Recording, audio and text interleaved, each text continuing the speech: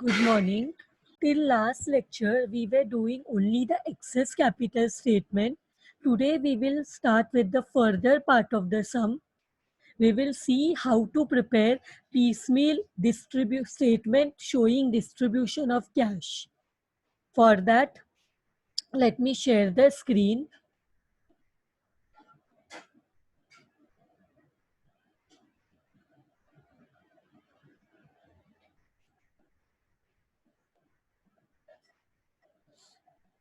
So, you all can see this is the sum which we will be solving today. This sum we have done before, but only till the statement showing excess capital statement सिर्फ हमने last lecture में solve किया है. Let me discuss the sum with you all again. A, B and C are partners sharing profits and losses in the ratio of 3:2:1. Means A, B and C को कितना profit मिल रहा है? A को 3 share मिल रहा है, B को 2 share and C को 1 share. Following is a balance sheet जिसमें कैपिटल कितना है लाइबिलिटी साइड में? A का 15,000, B का 20,000 एंड C का 15,000. Means A is contributing 15,000 for 3 share of profit, B 20,000 दे रहा है 2 शेयर के लिए और C 15,000 दे रहा है सिर्फ 1 शेयर के लिए. और यहाँ पे हमारे पास लोन है जो कि सिक्योर बाय स्टॉक है. मींस लोन जो है वो स्टॉक को बेच के जो भी अमाउंट आएगा उससे हम पे कर देंगे. उसके अलावा यहाँ पे सीज लोन है. सी ने बिजनेस को 4,000 का लोन दिया है. मतलब आउटसाइडर्स को पे करने के बाद पहले सीज लोन पे करेंगे, पार्टनर्स लोन पे करेंगे. पार्टनर ने जो लोन बिजनेस को दिया है, then only we will proceed towards capital payment. और कैपिटल पे करते वक्त हम एक्सेस कैपिटल स्टेटमेंट का जो ऑर्डर ऑफ पेमेंट है वो देखेंगे, उसके अकॉर्डिंगली हम कैपिटल को पे करेंगे. अब यहाँ पे यस, ये वाला क्वेश्चन आपने कराया ना? हाँ, इसका आगे का हिस्सा करने जा रहे हैं. वो जो हमने अभी तक किया है ना, वो सिर्फ एक्सेस कैपिटल स्टेटमेंट है. उससे हमें ऑर्डर ऑफ पेमेंट पता चला है. ये देखो एग्जाम में 20 मार्क्स का सम आता है. अभी तक हमने जो 3-4 सम्स किया है ना, वो सिर्फ 5 मार्क्स के लिए आ सक उसका सिर्फ 5 मार्क्स का उसका ये लेवल है. अब आगे जो हम लोग करेंगे, बाकी 15 मार्क्स जो बचा हुआ है वो आज हम लोग स्टार्ट करेंगे. तो यहाँ देखो, creditors reserve fund, credit outsiders को पे करने के बाद यहाँ पे कौन आउटसाइडर, आउटसाइड लाइबिलिटी कौन सा तुम लोग देख सकते हो. यहाँ पे आउटसाइड लाइबिलिटी 2 है जो मैं देख सकती हूँ. एक तो लोन है जो सिक्योर बाय स्टॉक है and other one is, disable your audio, mute करो. नेक्स्ट है क्रेडिटर्स. क्रेडिटर्स जो है ये आउटसाइड लाइबिलिटी है. तो क्रेडिटर्स यहाँ पे लोन सिक्योर बाय स्टॉक जो है वो तो स्टॉक को बेच के जो भी अमाउंट आएगा उससे पे हो जाएगा. उसके अलावा हमारे पास एक ही आउटसाइड लाइबिलिटी है, वो है क्रेडिटर्स. क्रेडिटर्स पे होने के बाद सीज लोन पे होगा, उसके बाद पे होगा कैपिटल. अब यहाँ पे जो रिजर्व फंड दिया है वो रिजर्व फंड तो कैपिटल में ऐड होगा तभी हमें नेट कैपिटल बैलेंस मिलता है. तो हम ये रिजर्व फंड को अलग से नहीं कंसिडर करेंगे, इसको कैपिटल के साथ ऐड करेंगे. कैपिटल में कैसे ऐड करेंगे? प्रॉफिट शेयरिंग रेशो के हिसाब से. और उसके वो कैपिटल जो हो जाता है वो हम पे करेंगे पार्टनर्स को. तो असेट साइड में जब हम देखते हैं तो 4 एसेट्स हैं, पर हमारे लिए जो इम्पोर्टेंट है वो है कैश बैलेंस 4,000 का. ये हमारे लिए इम्पोर्टेंट है. हमारे लिए क्या इम्पोर्टेंट है? हमारे लिए ये 4,000 जो है, हमारे लिए ये 4,000 इम्पोर्टेंट है जो कि हमें पे करना है. सॉरी, कैश बैलेंस जिससे हम लाइबिलिटीज को पे करेंगे. हमारे पीसमील जो ये चैप्टर है, पीसमील डिस्ट्रीब्यूशन ऑफ कैश, इसमें कैश देखो चैप्टर में ये पीसमील डिस्ट्रीब्यूशन ऑफ कैश, मतलब असेट इंपॉर्टेंट नहीं है. असेट को बेच के जो कैश आता है वो कैश इंपॉर्टेंट है. इसके बाद बाकी एसेट्स को तो हम नहीं देखेंगे। इसके बाद हम क्या करते हैं, on the next day the partner decided to close their business and as and when the amount receive by sale of asset is used to pay the liabilities। मतलब asset को बेच के जो भी कैश आएगा वो हम यूज करेंगे for paying the liabilities। But हम लोग लाइबिलिटीज को कैसे पे करेंगे, as per the order of payment, order of payment के अकॉर्डिंगली पे करना है। और यहाँ पे देखो following are the amount of realization. Liability को पे करने के लिए हमें क्या चाहिए, हमें पैसे चाहिए। पहला पैसा जो है हमें फर्स्ट रियलाइजेशन में आया है 15,000, और 15,000 में 500 है रियलाइजेशन एक्सपेंस। तो हमें 15,000 से 500 माइनस करके कितना कैश हमारे पास बचा हुआ है, 14,000। 14,500। यस, 14,500 वो हम यूज करेंगे लाइबिलिटीज को पे करने के लिए। और लाइबिलिटीज को पे करेंगे according to order of payment. और ऑर्डर ऑफ पेमेंट में हम सबसे पहले गवर्नमेंट या एम्प्लॉय ड्यूज पे करते, पर क्वेश्चन में कोई गवर्नमेंट ड्यूज या एम्प्लॉय ड्यूज नहीं है। उसके बाद हम आउटसाइड लाइबिलिटी पे करते, उसमें हमारे पास क्रेडिटर है।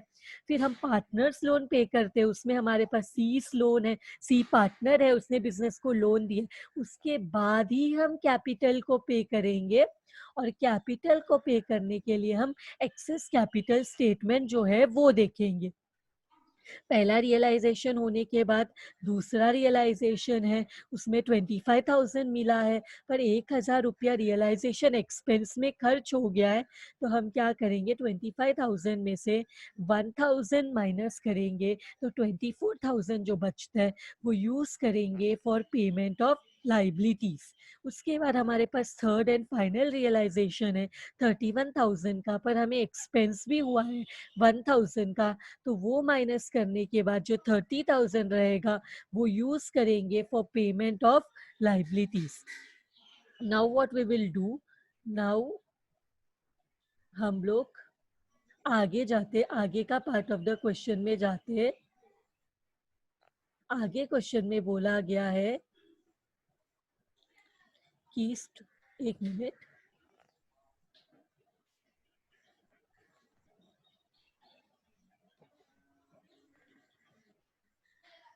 आगे sale proceeds of stock,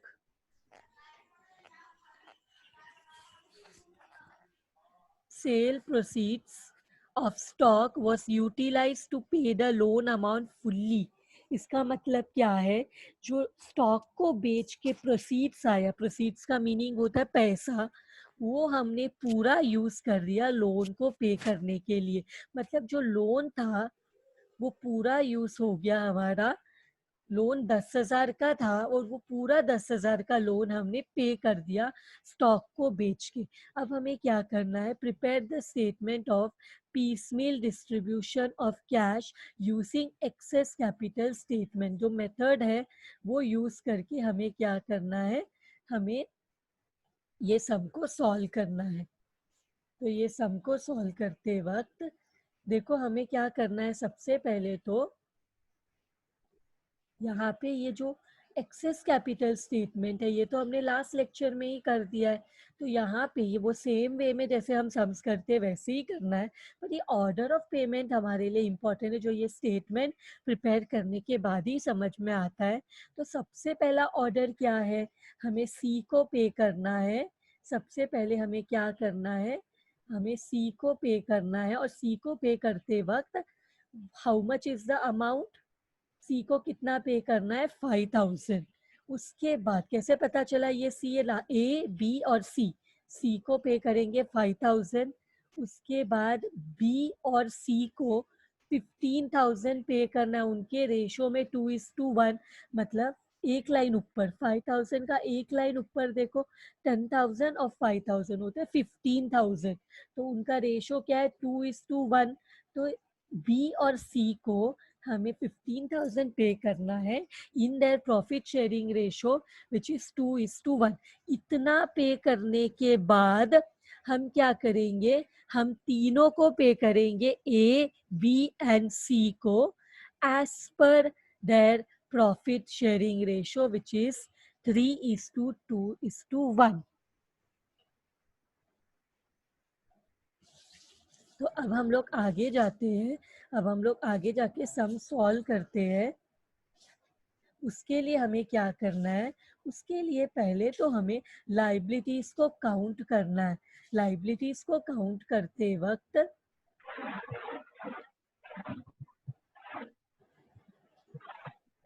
liabilities को काउंट करते वक्त देखो हमारे पास कितना लाइबिलिटी है। एस कैपिटल, बीस कैपिटल, सीज कैपिटल। ये लोन तो ऑटोमेटिकली पे हो गया, यस। एस कैपिटल, बीस कैपिटल, सीज कैपिटल 3 हो गया।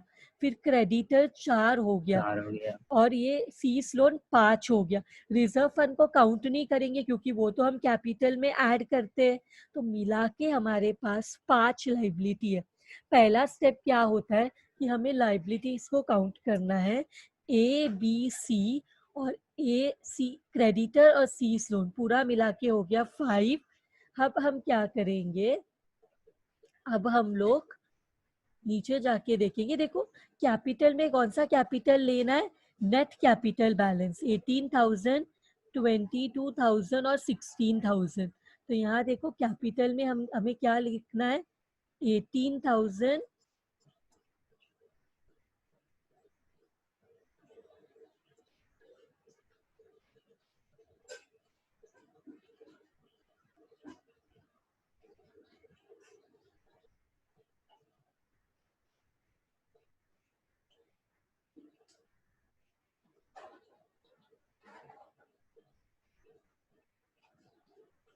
18,000, फिर नेक्स्ट है 22,000 ना। नेट कैपिटल बैलेंस क्या है, 18,000, 22,000 और 16,000। तो इधर लिखना है 18,000। बी का कैपिटल कितना है, 22,000, और सी का कितना है, 16,000। क्या किया हमने, ये कहाँ से मिला, नेट कैपिटल बैलेंस में से। और हम लोग क्या करेंगे यहाँ पे एक बार ध्यान दो, हम लोग ने काउंट किया तो 5 लाइबिलिटीज है। फिर उसके अलावा 1 2 3 4, 4 कॉलम हमेशा प्लस करके कॉलम्स बनाना है। 5 प्लस 4, 5 कैसा, 1 2 3 4 5, और प्लस 4, दैट इज 4 के 6 7 8 9। टोटल हमने कितना कॉलम बनाया, 1 2 3 4 5 6 7 8 9। तो हमने टोटल 9 कॉलम्स बनाया, लेकिन क्वेश्चन में डेट नहीं दिया हुआ है, तो इसको हम लोग ब्लैंक रखेंगे और इसको बोलेंगे बैलेंसेस बॉट फॉरवर्ड। अब हमारे पास कितना कैश है, डू यू ऑल नो हमारे पास कितना कैश है। इसके लिए एक बार ऊपर देख लेते हैं, अगर सही है। हमारे पास कैश है 4,000। फिर हमारा क्रेडिटर्स कितना है, 12,000। सीस लोन कितना है, 4,000। तो यहाँ पे लिखेंगे हम क्रेडिटर्स है 12,000 और सीस लोन है 4,000, और टोटल क्लेम्स मतलब होता है टोटल ऑफ लाइबिलिटी। ये हमें कैसे मिलेगा, टेक योर कैलसी एवरीवन। कैलसी लेके 12,000 जो कि क्रेडिटर्स है, प्लस 4,000 जो सीस लोन है, प्लस 18,000 जो ए का कैपिटल है, प्लस 22,000 जो बी का कैपिटल है, प्लस 16,000 जो सी का कैपिटल है। सबको ऐड करो, तुम लोग को 72,000 आया रहेगा। Yes ma'am. That is the total of all the liabilities. क्योंकि हमें पता होना चाहिए कि टोटल हमें कितना लाइबिलिटी पे करना है। तो टोटल हमें इतना पे करना है, और हमें रियलाइजेशन कितना हुआ है, 3 रियलाइजेशन हुआ है। लेकिन रियलाइजेशन होने से पहले हम देखेंगे हमारे पास कितना कैश है, 4,000। हमारे पास जितना भी कैश होगा वो कैश से हमें लाइबिलिटी को पे करना है। तो सबसे पहले कौन से लाइबिलिटी को पे करेंगे, सबसे पहले किसको पे करना है, आउटसाइड लाइबिलिटी को, फिर इंटरनल लाइबिलिटी सीज लोन को, फिर हम लोग पे करेंगे कैपिटल को, और कैपिटल को पे करने के लिए एक्सेस कैपिटल स्टेटमेंट देख का जो ऑर्डर ऑफ पेमेंट है ना वो देख के करेंगे। तो सबसे पहले हमारे पास 4,000 है तो वो हम यूज करेंगे। Excuse me ma'am, yes, total claims के लिए कैश अवेलेबल को भी ऐड करेंगे? No no no, total claims मतलब टोटल ऑफ लाइबिलिटीज, लाइबिलिटीज को सिर्फ ऐड करना है। ये 1 2 3 4 5 5 हमारा जो लाइबिलिटी है हमने उसको ऐड किया तो हमें 72,000 मिला।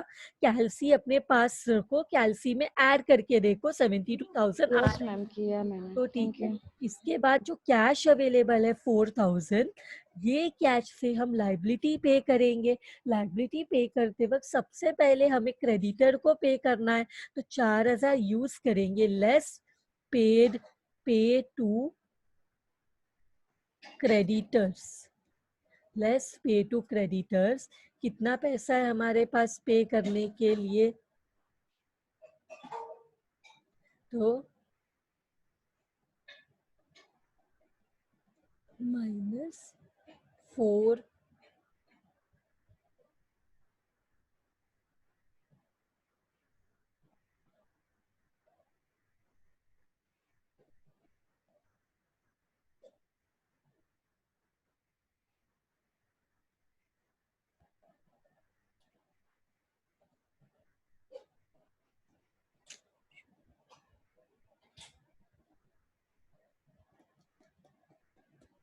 एक मिनट, ये ना मेरा माइनस साइन नहीं चल रहा तो मैं ये वाला ब्रैकेट यूज कर लेती हूँ, वाला ब्रैकेट चल नहीं रहा है, ठीक है। माइनस, तो हमारा क्या हो जाएगा, लाइबिलिटी भी कम हो जाएगा। समझ में आ रहा है, ये 4,000 हमने यूज किया तो क्या कम हुआ, एक तो क्रेडिटर कम हुआ 4,000 के लिए, और दूसरा क्या कम हुआ, हमारा टोटल क्लेम्स, हमारा लाइबिलिटीज कम हुआ। तो इसके बाद हमारे पास कैश कितना बचेगा, कैश कितना बचेगा, पूरा कैश तो हमने यूज कर दिया तो कुछ भी कैश बचेगा, हमारे पास कैश बचेगा नील। और 72,000 लाइबिलिटी में 4,000 पे कर दिया तो कितना बचा, 68,000। 68,000। और 12,000 में से 4,000 पे कर दिया तो कितना बचा, 8,000। 8,000। ये कुछ पे किया, ये पे नहीं किया, ये तीनों पे नहीं किया, तो एज इट इज जितना है उतना ही रहेगा।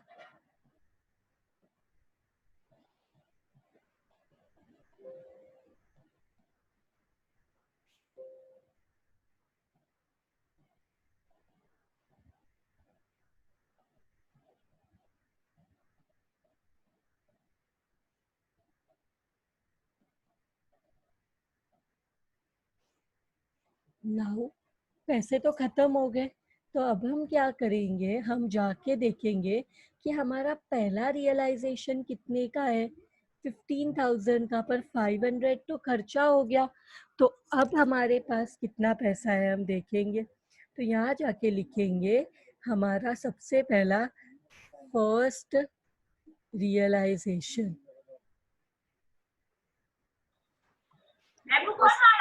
First realization is how much, 15, 1 5, mute your audio, 15,000, नहीं तो I will mute everyone's audio, 15,000 minus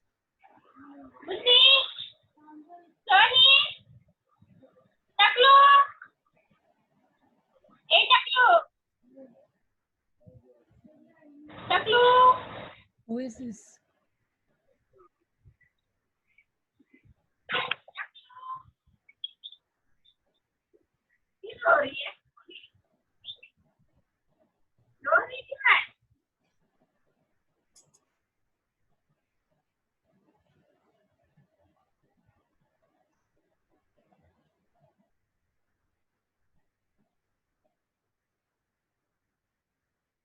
minus how much 500, तो हमारे पास कितना बचा 14,500।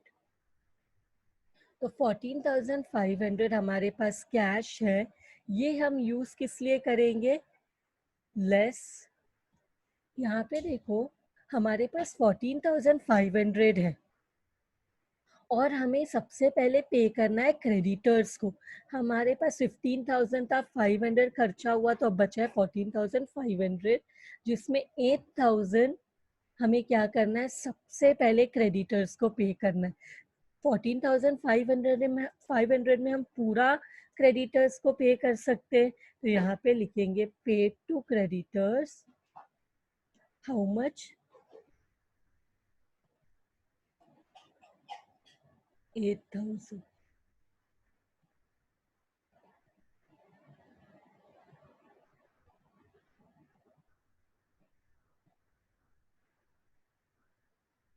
तो क्या हो जाएगा, हमारा लाइबिलिटी भी उतना ही कम हो जाएगा। तो हमारा क्रेडिटर्स क्या हो जाएगा, क्योंकि हमने उनको 8,000 दे दिया तो पूरा का पूरा क्रेडिटर जो है वो खत्म हो जाएगा। लेकिन उसके बाद भी हमारे पास पैसे बचता है, क्रेडिटर्स को पे करने के बाद हमारे पास 14,500 था पहले रियलाइजेशन का, उसमें से हमने 8,000 पे कर दिया, तो हमारे पास कितना बचता है, 6,500 इज द कैश अवेलेबल। तो हम क्या करेंगे, इसमें से हमें कितना पे करना है आफ्टर क्रेडिटर, हमारा हम लोग बाहर वालों को पे करने के बाद पार्टनर्स लोन को पे करते हैं, वो तो 4,000 का है, तो 6,500 में से 4,500 हम आराम से पे कर सकते हैं। तो pay to whose loan, C's loan, कितना अमाउंट पे करना है हमें, 4,000। तो 4,000 पे करेंगे तो हमारा लाइबिलिटी भी कम हो जाएगा, तो टोटल क्लेम्स में भी लेस करना पड़ेगा। इसके बाद डायरेक्टली जाके 4,000 कम हो जाएगा। कि इसके बाद भी हमारे पास कैश बचता है, इसके बाद भी हमारे पास 6,500 में से 4,000 माइनस किया, तो अब हमारे पास कैश अवेलेबल कितना है, 2,500। लेकिन सीज लोन को पे करने के बाद अब हम कैपिटल को पे करने की तरफ जाते, कैपिटल में किसको पहले पे करें, तो वो सिचुएशन में हमारे पास है, हम किसको पहले पे करेंगे, हम पहले पे करेंगे हमारे सीज कैपिटल को, जो कि है 5,000। तो सी को पहले 5,000 पे करना है, पर हमारे पास कितना है, हमारे पास सिर्फ 2,500 है, तो हम क्या करेंगे, लेस पे टू, इसको पे करना है सी को, लेकिन हमारे पास कितना पैसा है, हम तो उतना ही पे कर सकते, हमारे पास है 2,500, वो हमने पे कर दिया, हमने पे कर दिया 2,500। तो हम क्या हो गया, हमारा लाइबिलिटी भी उतना कम हो गया, और 2,500 डायरेक्टली हमने सी में लिखा। अब ये पे करने के बाद हमारे पास कुछ पैसा बचेगा, पूरा पैसा जो था वो तो खर्च हो गया, अब कैश अवेलेबल नील हो गया।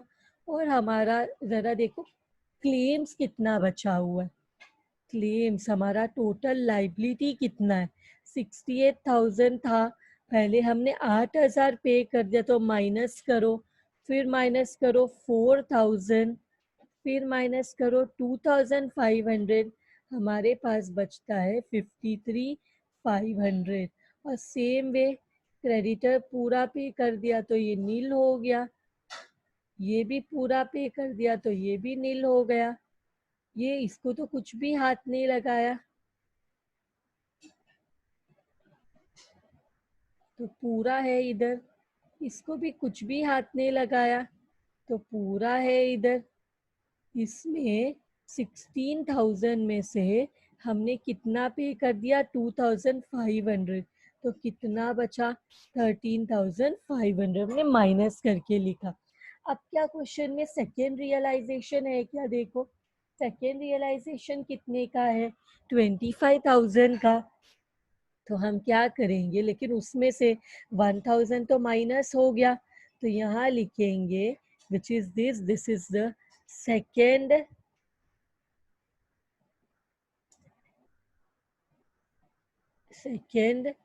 रियलाइजेशन। कितने का है ये, 25,000। 25,000 में कितना माइनस करना है, माइनस हाउ मच, 1,000। तो हमारे पास आ गया कितना अमाउंट, 24,000। तो ये 24,000 से हम किसको पहले पे करेंगे, ये 24,000 से हमें पार्टनर्स को पे करना है। और पार्टनर्स को पे करने के लिए हमें क्या करना पड़ेगा, पार्टनर्स को पे करने के लिए हमें ऑर्डर ऑफ पेमेंट देखना पड़ेगा। ऑर्डर ऑफ पेमेंट में बोला गया है पहले 5,000 सी को पे करो, पर सी को हमने कितना पे कर दिया, हमने 5,000 में से 2,500 ऑलरेडी पे कर दिया है पिछले रियलाइजेशन के पैसे से। तो 5,000 में 2,500 पे कर दिया, तो अभी और कितना बचा हुआ है पे करने के लिए, तो वो पे करेंगे लेस पे टू सी। कितना पे करना बाकी है, हमें पे करना बाकी है 2,500, जिससे हमारा लाइबिलिटी भी उतना कम हो जाएगा। फिर किधर जाके डायरेक्टली लिखना है, सी में जाके डायरेक्टली लिखना है 2,500। तो इसके बाद हमारे पास नेक्स्ट किसको पे करना है, अभी कितना पैसा अवेलेबल है पहले देख लेते। हमारे पास इसको पे करने के बाद अवेलेबल है 24,000 में से 2,500 चला गया, तो कितना बचता है हमारे पास, 21,500। तो उसमें ये हमारा है कैश अवेलेबल। तो ये कैश अवेलेबल में से अब हम कितना पे करेंगे, नेक्स्ट देखो ऑर्डर ऑफ पेमेंट में क्या है, 5,000 पे करने के बाद बी और सी को हमें क्या करना है, 15,000 पे करना है। तो हमारे पास कितना पैसा है, 21,500। क्या इसमें से हम दोनों को एक साथ 15,000 दे सकते हैं, तो करो पे टू बी एंड सी। कौन सा, कैसे 15,000 देना है इनको, इनको 15,000 देना है इनके प्रॉफिट शेयरिंग रेशो में, जो कि है 2:1।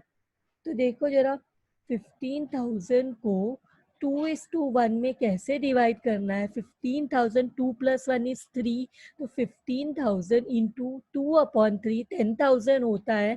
कैलसी में देखो 15,000 इंटू 1/3 होता है 5,000। तो यहाँ पे हमें लिखना पड़ेगा, यहाँ पे हमारा लाइबिलिटी भी उतना ही कम हुआ जब हमने इनको पे किया। तो बी का हो गया, बी का कितना हो गया, यहाँ पे बी का आंसर आया हमें 10,000 एंड सी का आंसर आया हमें 5,000। तो इसके साथ हमारे पास कितना कैश बच जाता है, 6,500, जिसको हम बोलेंगे कैश अवेलेबल। अब हमें किसको पे करना है जरा ऑर्डर ऑफ पेमेंट में देखो, पार्टनर्स के लिए हमें बार बार ऑर्डर ऑफ पेमेंट में जाना पड़ता है। अब नेक्स्ट ऑर्डर ऑफ पेमेंट बोलता है pay to, next order of payment बोलता है पे टू ऑल। क्या बोलता है? Pay to all partners. मतलब अब हमें क्या करना है, तीनों ही पार्टनर्स को देना है। अब जितना भी पैसा आएगा हमें तीनों ही पार्टनर्स को देना है। तो अब नेक्स्ट वाले में क्या लिखना है, लेस पे टू ऑल। पे टू ऑल क्या करना है, ये पूरा पे टू ऑल मतलब तीनों को पे करो, तीनों को पे करेंगे तो हमारा लाइबिलिटी जो है अगेन कम हो जाएगा, तीनों को दे रहे। अब तीनों को कैसे देंगे जरा देखते हैं। 6,500, 3:2:1, 3 plus 2 is 5 plus 1 is 6, 3/6, 6,500 into 3/6 है 3250, 6,500 into 2/6 है 2167। तो यहाँ पे हमें लिखना पड़ेगा तीनों पार्टनर का कितना अमाउंट है, पहले पार्टनर का 3250, दूसरे पार्टनर का कितना होता है, हमने निकाला है यहाँ पे 22167, और तीसरे पार्टनर का कितना होता है 108।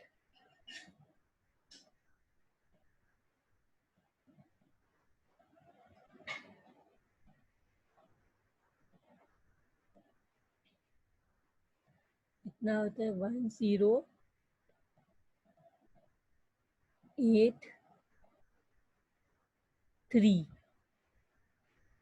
ये कैसे पता चला? I request everyone two of your audio, sorry audio and video both.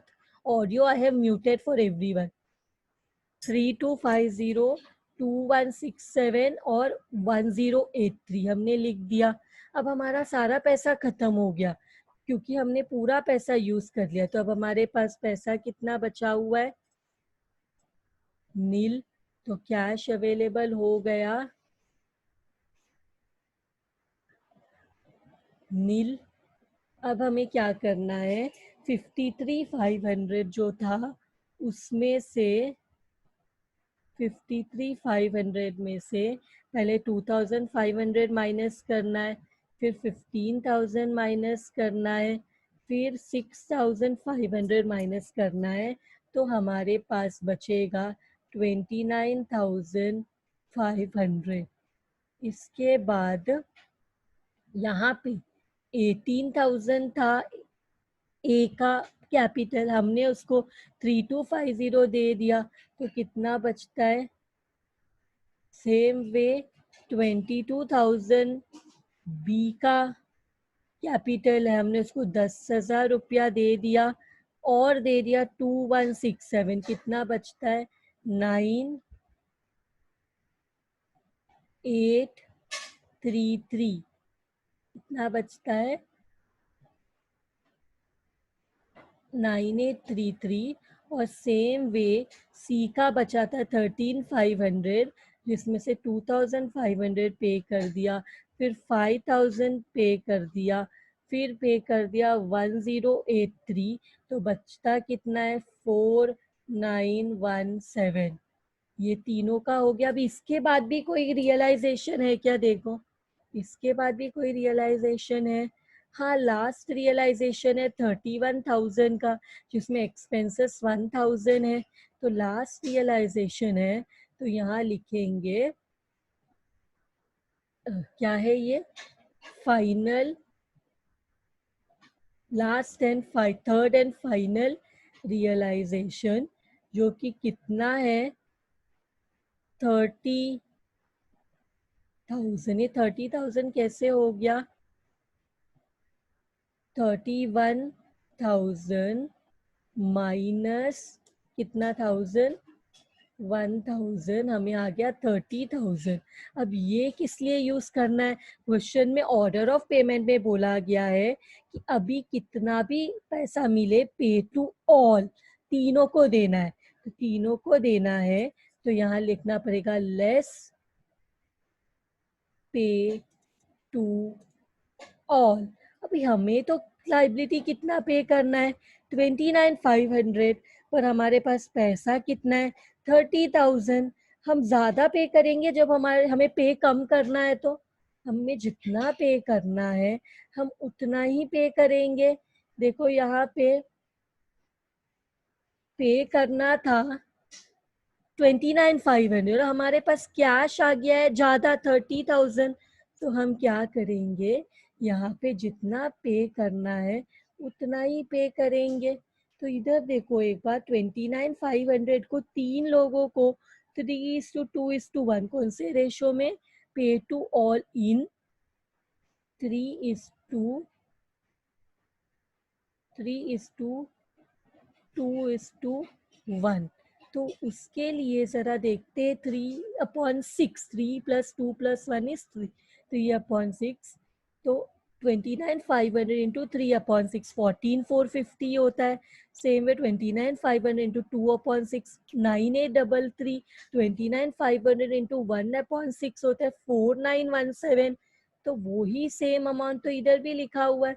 तो सेम अमाउंट जितना है 14750, सेम वे 9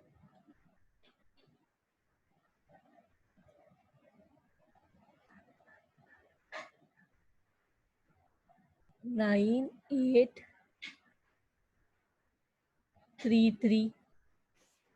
फिर लास्ट वाला कितना पे करना है 4,917। ये हमने देखा नीचे जब हम 29,500 को डिवाइड करते तीनों लोगों में तो हमें यही रेशो मिलता है, यही अमाउंट मिलता है 41,14750,9,833,4917। तो इसका मतलब हमने सारा लाइबिलिटी पे कर दिया, लेकिन इसके बाद भी हमारे पास पैसा बचा है। इसको हम क्या बोलेंगे, रियलाइजेशन प्रॉफिट। अब स्टूडेंट्स यहाँ पे रियलाइजेशन प्रॉफिट भी हो सकता है। अब ये सिचुएशन में हमारे पास ज्यादा पैसे थे, लाइबिलिटी कम था। अगर सपोज पे करना होता 29,500 और हमारे पास सिर्फ 29,000 ही कैश होता तो 500 नहीं पे कर पाते। अगर हम लाइबिलिटी जितना नहीं पे कर पाते उतना रियलाइजेशन लॉस होता है। यहाँ पे हमने सारा लाइबिलिटी पे करने के बाद भी पैसा बचा है तो रियलाइजेशन प्रॉफिट। सारा लाइबिलिटी अगर हम नहीं पे कर पाते तो जितना लाइबिलिटी नहीं पे कर पाते वो रियलाइजेशन लॉस होता है। लेकिन अगर सपोज यहाँ पे कैश भी 29,500 होता और हमारा लाइबिलिटी भी 29,500 है तो यहाँ पे कुछ भी कैश नहीं बचता, तो नो प्रॉफिट नो लॉस। अब ये 500 को भी डिवाइड करना है तो उसके लिए सेम रेशो में 500 इंटू 3/6 होता है 250, 167 एंड 83। तो वही सेम हम लिखेंगे। अब 500 को डिवाइड करते हैं तो इधर हो जाता है 250, इधर हो जाता है 167 और इधर हो जाता है